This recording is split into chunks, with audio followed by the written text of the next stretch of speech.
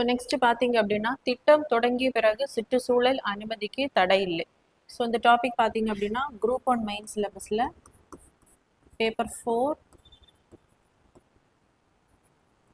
என்விரான்மெண்ட்டில்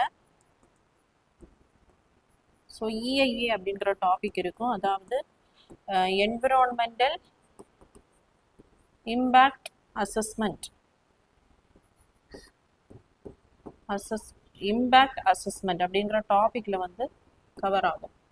so இதனுடைய historical background நம்ம பார்த்தோம் அப்படின்னா யுனைடெட் நேஷன் ஹியூமன் என்விரான்மெண்ட் மாநாடு வந்து 1972 ஸ்வீடனில் இருக்கக்கூடிய ஸ்டாக்ஹோமில் வந்து நடந்திருக்கும்.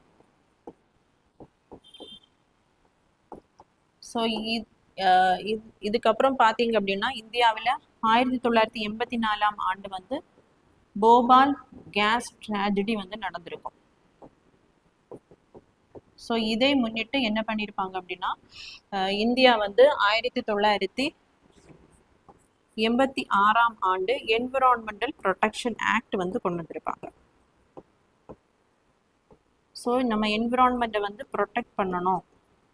ஸோ ப்ரொடெக்ட் பண்ணலைன்னா நமக்கு தீங்கு விளையும் அப்படின்ற காரணத்திற்காக 1982 basis on this United nation human environment conference, அது மட்டும் இல்லாமல் இந்த போபால் கேஸ் ட்ராஜடியை முன்னிட்டு தான் இந்த சட்டத்தை வந்து கொண்டு வந்திருப்பாங்க. ஸோ இதன்படி பார்த்தீங்க அப்படின்னா இப்போ நிறைய ப்ராஜெக்ட்ஸ் வந்து ஸ்டார்ட் பண்ணுவாங்க. அந்த ப்ராஜெக்ட்ஸை வந்து அதனுடைய அந்த என்விரான்மெண்ட் இம்பேக்டை பேஸ் பண்ணி கேட்டகரி ஏ, கேட்டகரி 2 அப்படின்னு ஸ்ப்ளிட் பண்ணுவாங்க, கேட்டகரி பி ஸ்ப்ளிட் பண்ணுவாங்க. ஸோ இவங்க இப்போ for example mines, infrastructure development project, so அதே மாதிரி ஹைட்ரோ எலக்ட்ரிக் பவர்,